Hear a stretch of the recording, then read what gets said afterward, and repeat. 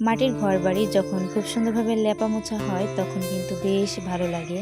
আবার যখন দু একদিন রান্না করতে করতে ব্যবহার করতে করতে যখন তেল চিটচিটে হয় তখন কিন্তু আর ভালো লাগে না। মাটির চুলায় রান্না, গ্রামীণ জীবনযাপন, গ্রামের মানুষের জীবন, গ্রামের মেয়েদের জীবন, গৃহবধূদের জীবনযাপন কেমন হয় সেগুলো নিয়েই থাকছে আমার আজকের ভিডিও। আসসালামু আলাইকুম ওয়া রাহমাতুল্লাহি ওয়া বারাকাতুহু। ফরিদপুর জেলার ভাঙ্গা থানার ছোট্ট একটি গ্রাম থেকে আমি নাজমিনারা, আপনারা দেখছেন নাজমিনারা ব্লগ। আমার এই ছোট্ট পরিবারের সকল প্রিয় দর্শক বন্ধুদেরকে জানাই অন্তরের অন্তরস্থল থেকে শুভেচ্ছা ও স্বাগতম। আশা করছি আপনারা যে যেখান থেকে আমার ভিডিওটা দেখছেন সকলেই ভালো আছেন। আমিও আলহামদুলিল্লাহ আপনাদের সকলের দোয়ায় এবং আল্লাহর অশেষ রহমতে ভালো আছি। বৃষ্টি থামার নামই নিচ্ছিল না বেশ কিছুদিন ধরে। তো সকালবেলা সকালেই কাজ শুরু করে দিয়েছি। মুরগিগুলা ছেড়ে দিয়েছি। এরপরে বাবা যে জালে থেকে মাছগুলা ধরছে সেগুলা কিন্তু মা নামিয়ে নিয়েছে কাটার জন্য। এবং অন্য সাইডে আমি কিন্তু আমার কাজগুলো করতেছিলাম। কারণ সকালবেলা আশেপাশে কাজ তো করতেই হবে। সকালবেলা যদি স্টেপ বাই স্টেপ আমি কাজগুলো না করে নিই তাহলে দেখা যাচ্ছে দিনের অর্ধেকটা সময়ই এলোমেলোভাবে যাবে। কাজের কোনো দিক পাবো না, তাল পাবো না।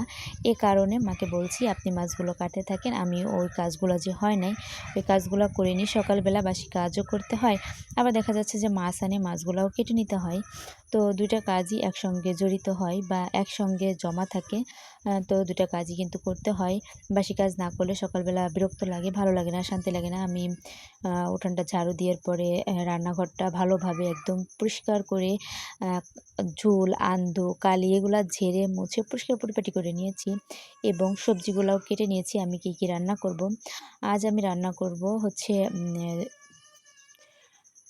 কলার মোচা ভাজি। এটা কিন্তু আমাদের নিজেদেরই গাছের এবং ধুন্দল এবং আলু দিয়া মাছ, বড় একটা পুঁটি মাছ যে দেখাইছিলাম মানে কাঁচা মাছ, তো সেই বড় পুঁটি মাছ, কিছু শিং মাছ, এই যে আবার এই বড় দেশি পুঁটিটার মধ্যে না বেশ ডিম ছিল। তো ডিমটা আজ রানবো না, ওটা রেখে দিব, অন্য সময় আলু দিয়ে ভালোভাবে ভেজে নিব। ওই দিন আবার অন্য একটা তরকারির সঙ্গে হয়ে যাবে, বা একটু ডাল রান্না করলে আলু দিয়ে ডিম দিয়ে ভাজি করলে আর একদিন রান্না হয়ে যাবে। তো বুদ্ধি করে যদি একটু কাজ করা যায় না, তাহলে দেখা যাচ্ছে যে অনেক কিছুই করা সম্ভব। আমি কিন্তু ওই মাছের ডিমটা চাইলে এখনই ভাজতে পারতাম বা তরকারির মধ্যে দিয়ে দিতে পারতাম, খুব সুন্দরভাবে খাওয়া হয়ে যেত। তবে আমি ওটা রেখে দিয়েছি, কারণ ওটা আবার কালকের জন্য ডাউল রানবো বা ওই ডিম দিয়ে আলু দিয়ে ভাজি করবো, মাছের ডিম দিয়ে, আবার কালকের দিনটা অনায়াসে চলে যাবে। আজও যে আমি রান্না করতেছি, এই রান্নার কোনো সবজি কিন্তু বাজার থেকে কেনে না এবং মাছটাও কিন্তু বাজার থেকে কেনে না, সবই আমাদের নিজেদের এবং ঘরের। আপনি যদি আপনার বাড়ির আশেপাশে থাকা সবজি বা আপনার উঠানে লাগানো সবজিগুলা দিয়ে চালাতে পারেন, তাহলে আপনি বলেন তো কেন বাজার থেকে সবজি কিনে খাবেন? দেখা যাচ্ছে একই মাছ বা একই সবজি দীর্ঘদিন খাওয়া হচ্ছে, আমার এতে কোনো প্রবলেম নাই। আমার যা আছে আমার সেটাই ভালো, বা যেটা আছে সেটা নিয়ে আমি হ্যাপি। আমার আহামরি কিছু লাগবে না। এটা আমার আছে, আমি থাকতে কেন কিনতে যাব, থাকতে কেন বিক্রি করতে যাব? এটা আমারটা আমিই খাই। যতক্ষণ আমার চলতেছে চলতে থাকুক, কোনো সমস্যা নাই। শিং মাছগুলা আমি হালকা করে একটু ভেজে নেব। হালকা করে যদি না ভাজি তাহলে মা কিংবা আব্বু কেউই খাবে না। আমি খাইতে পারি, আল্লাহর রহমতে আমি সবই খাই। কিছু মাছ আছে ভেজে রান্না করা পছন্দ না। যেমন শিং মাছটা কিন্তু কষায় রান্না করলে বেশ ভালো লাগে। কারণ এই মাছটা একটু অন্যরকম টেস্ট আছে, কিন্তু ভাজলে এর ভিতরে যে তেলটা আছে বা এটার যে একটা টেস্ট, মানে কাঁচা কষিয়ে রান্না করা যে টেস্ট, ওটা কিন্তু পাওয়া যায় না। তারপরেও সবাই যেহেতু এটা খায় না, আমি একার জন্য রান্না করব বা আর ৫ জন খেতে পারবে না, এতে করে আমার আলাদা করে তরকারি রান্না করতে হবে। সে কারণে আমি কিন্তু একই তরকারি, মানে একইভাবে যে যেভাবে সিস্টেম করে খাই সবার কথা মাথায় রেখে আমি কিন্তু আমার মতো রান্না করে নিয়েছি, যাতে আমরা সবাই খাইতে পারি। একজন খাবো অন্যজন খাবো না, এটা তো আর ভালো দেখাবে না, ভালো লাগবে না। একজন না খাইলেও খারাপ লাগবে। তো আমি এই মাছটাও ভেজে নেব। আমি কিন্তু বারবার ঢাকনা দিচ্ছিলাম, এটা কিন্তু সেফটি হিসেবে ব্যবহার করতেছিলাম, কারণ কাঁচা মাছ তো একদম তাজা, এবং কাঁচা মাছ এটা ভাজতে গেলে না তেল ছিটে। তো মাছটা দেওয়ার পরে এই যে সাইড থেকে আমি ঢাকনা দিয়ে ধরে রাখছি, যাতে আমার মুখে না ছিটায় বা দুর্ঘটনা না ঘটে। আপনি চাইলে করতে পারেন, বিশেষ করে পাঙ্গাস মাছ বা তৈলাক্ত জাতীয় যে মাছগুলো আছে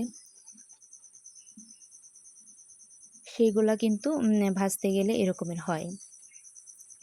কিন্তু আপনাকে তো কাজ চালিয়ে যেতে হবে, বন্ধ করে রাখা যাবে না, বা আপনার সমস্যা হচ্ছে দেখে আপনি উঠে যেতে পারবেন না এই কাজটা ফেলে রেখে। আপনাকে তো আপনার কাজ করতেই হবে।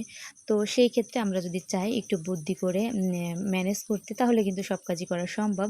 যেহেতু এই মাছ ভাজতে আমার ভীষণ ভয় লাগে। মাছ কাটা বলেন, ভাজা বলেন, এগুলা ভাজতে কাটতে আমার একটু অন্যরকম লাগে। আমি মাছ কাটতে পারি না, ভাজতে গেলে ভয় লাগে। কিন্তু খাইতে কিন্তু পারি। খাইতে ভালোই পারি, বুঝছেন? আপনারা কিন্তু ভুইলা যায়েন না যে আমি খাইতে পারি না। আমি খাইতে পারি। খাইতেও পারি, ধুইতেও পারি। কিন্তু কাটতে পারি না। খুব হাসি পেল, বুঝছেন? কারণ আমি খাইতে পারি, করতে পারি না। এটা তো লজ্জাজনক। এ কারণে একটু হেসে নিলাম আরকি। যাই হোক, সবাই যে সব কাজ পারবে এরকম তো কোনো কথা না। আ সবাই সব কাজ পারে না। কেউ কোনো কাজ পারে, আবার দেখা যাচ্ছে অনেক কাজ অনেকে পারে না। আমার কাছে এটা অনেক খারাপ লাগে। মাছ ধুইতে পারি, মাছ ধুতে কোনো সমস্যা না। কিন্তু কাপড় ধুইতে গেলে আবার মাঝে, মাঝে বিরক্ত হয়ে যাই। তো মাছটা ভালোভাবে ভেজে নিয়ে ওই কড়ার মধ্যে আরেকটু তেল দিয়ে মশলাটা একদম দেওয়ার সাথে, সাথে আমি কিন্তু পানি দিয়ে দিয়েছি। কারণ মশলাটা পুড়ে গেলে আমার কাছে ভালো লাগে না। এই জিনিসটা আমি আর কারো কথা মাথায় রাখি না। এটা আমি আমার মধ্যেই রাখি। কারণ মশলাটা যখন পুড়ে যাবে তখন কিন্তু খাবারটা খেতে বেশ একটা ভালো লাগবে না। মশলাটা দিয়ে দেওয়ার পরে এই যে আমি পেঁয়াজ, রসুন, জিরা বাটা তো তেলের উপর দিছিলাম। এরপরে পানি দিছি, কাঁচামরিচ দিছি, এরপরে হলুদ, লবণ, একটুখানি শুকনো মরিচের গুঁড়া ওই পানির মধ্যেই দিয়ে দিছি। এখন সব জিনিস একসঙ্গে পানির সঙ্গে কষিয়ে নেব। খুব সুন্দরভাবে কষিয়ে নেব। এরপরে আমি সবজিগুলো দিয়ে দিব মূলত। এ কারণেই কষিয়ে নেওয়া। অনেকে শুধু তেলের উপরে মশলাটা কষিয়ে নেয়। আসলে যার যার রান্নার ধরন যেরকম। তবে সবার রান্না যে মন্দ হয় তা কিন্তু না। সবার রান্নাই কিন্তু সুন্দর আছে। সবাই কিন্তু চায় সুন্দর করে রান্না করি, কারণ রান্নাটা কিন্তু খুব কষ্ট হয় রান্না করতে। গরম চুলার কাছে বসা, সব কিছু মাথায় রাখা, মাটির চুলাতে রান্না, যে যেভাবেই রান্না করুক না কেন রান্নাটা কিন্তু একটা আর্ট, বা রান্নাটা কিন্তু একটা কষ্টেরই বিষয়। যে কাজই করে না কেন কাজ তো কষ্টের, তাই না? তো কেউ চায় না যে আমি খারাপ করে রান্না করি, বা আমি রান্না করার পরে ওটা কেউ মন্দ বলুক, এটা তো আর কেউ চায় না। সবাই চেষ্টা করে, কারোটা হয় কারোটা হয় না, এটাই স্বাভাবিক। এটা কোনো অস্বাভাবিক কিছু না, এটা অন্য কিছু মনে করারও কিছু নাই। একটা জিনিস, আমার এই ভিডিওটা যে যেখান থেকে দেখেন না কেন, আমি সবাইকে অনুরোধ করব, যারা একটু খুঁতখুঁতে মানুষ আছেন, বিশেষ করে রান্নার খুঁতটা কারোরই ধরবেন না। কারণ সবাই চায় রান্নাটা সুন্দর করে করতে। ভাইয়াদের, বিশেষ করে ভাইয়াদের এবং আন্টিদের উদ্দেশ্য করে বলছি, যারা বিশেষ করে শাশুড়ি আছেন বা ননদ আছেন, বা হাজবেন্ড, বা যাই হোক ছেলে টাইপের মানুষ, এনারা কিন্তু বেশি খুঁতখুঁত করে রান্নাটা এমন হলো কেন, অমন হলো কেন।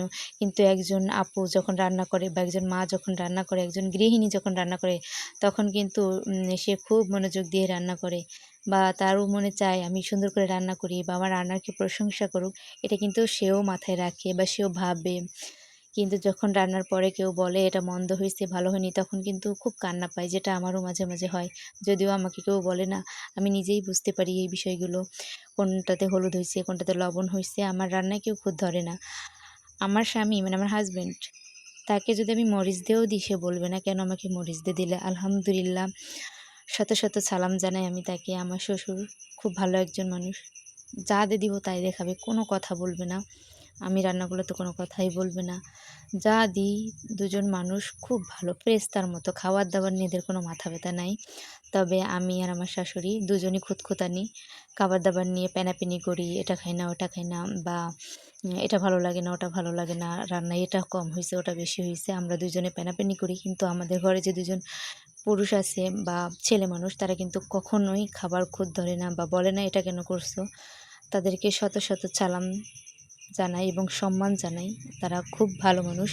এই বিষয়টা আমি অনেকবার লক্ষ্য করেছি। আমার বাবা নিজেও এই খাবার নিয়ে আমারই মতো পেনাপেনি করে, লবণ হইছে, হলুদ হয় নাই, এরকম বিষয়ে, ঠিক আছে?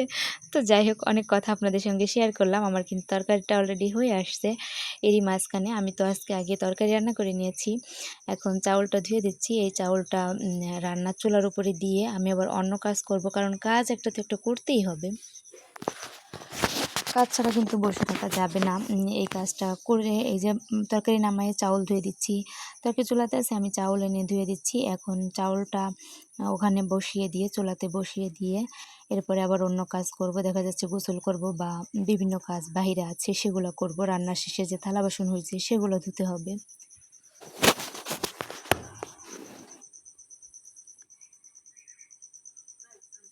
এখনও পর্যন্ত যারা আমার ভিডিওটা দেখছেন, প্লিজ আমার ভিডিওটাতে একটা লাইক দিতে ভুলবেন না। আর আপনাদের সুন্দর সুন্দর মন্তব্য কমেন্ট বক্সে রেখে যাবেন।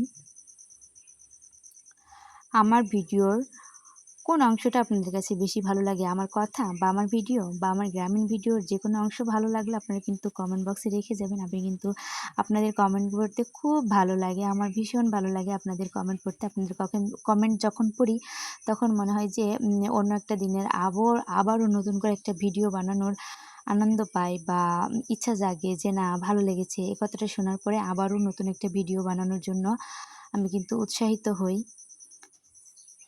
তরকারিটা নামিয়ে নিয়ে তরকারিটা ঘরে রেখে এসেছি। আর এই যে এখানে ভাত চুলাতে দিয়ে দিয়েছি। চুলার সাইড দিয়া ভাত যেহেতু দিয়েছি আর চুলার সাইড দিয়ে যে আগুন উঠতেছে, আগুনের বা গরম জায়গাতে না কিছু ভিজা খড়ি রেখে দিয়েছি। কারণ বৃষ্টির সময় তো, বৃষ্টির সময় ভিজা খড়িগুলো রেখে দিলে না খুব সুন্দরভাবে শুকিয়ে যাবে আর ওখান থেকে নিয়ে নিয়ে জাল করা যাবে। এ কারণে সাইড দিয়ে হচ্ছে এভাবে রেখে দেওয়া। একটু বুদ্ধি খাটিয়ে যদি কাজ না করি তাহলে কি হবে বলেন তো? এটা হচ্ছে বিকাল টাইম, বিছানাটা গুছিয়ে নিয়েছি। ভাবছি যে আলনাটা এখান থেকে সরিয়ে দেব, কারণ আলনাটা এখানে থাকলে আমি ওইখানে যাই ভালোভাবে আলনাতে কাপড় গুছাতে পারি না। এ কারণে আলনাটা ওইখান থেকে সরিয়ে দেব, সেটাই চিন্তা ভাবনা করছি। সরিয়েও নিয়েছি অলরেডি বিকালবেলাতে। এই যে আলনাটা ছিল খাটের অপোজিটে, এখন খাটের যে সাইডে মাথা দিই পাল্লা আছে ওই সাইডেই দিয়ে রাখছি। এটা আমার কাছে এখন ভালো লাগে, কারণ এখানে দাঁড়ায় দাঁড়ায় আমি হচ্ছে কাপড় ভাঁজ করতে পারবো ভালোভাবে। আমার পুরোনো ভিডিওগুলোতে যারা দেখেছেন, পুরোনো ভিডিওগুলো যারা দেখছেন তারা কিন্তু দেখছেন আমি সবসময় কাঠের উপরে বসে অনেক কষ্ট করে কাপড় ভাঁজ করতাম। তা এখন ভাবছি ওটা সরাই নিব। যাই হোক, বিকালবেলা এতটা পরিমাণে মেঘ করেছিল, তবে হালকা সাইড দিয়ে একটু সোনালি বর্ণ ছিল। ওই বর্ণটা না চতুর সাইডটা বেশ ভালো লাগতেছিল। আর এই সময়টা না আমি ভীষণভাবে মনোযোগ দিয়ে উপভোগ করেছি, এটা আমার কাছে ভীষণ ভালো লেগেছে। ভিডিওটা দেখতে দেখতে এখনও যারা লাইক কমেন্ট বা সাবস্ক্রাইব করেন নাই, প্লিজ আমার ভিডিওটা দেখে লাইক করে কমেন্ট করে আমার চ্যানেলটা সাবস্ক্রাইব করে দিবেন। সবাই ভালো থাকবেন, সুস্থ থাকবেন। আল্লাহ হাফিজ।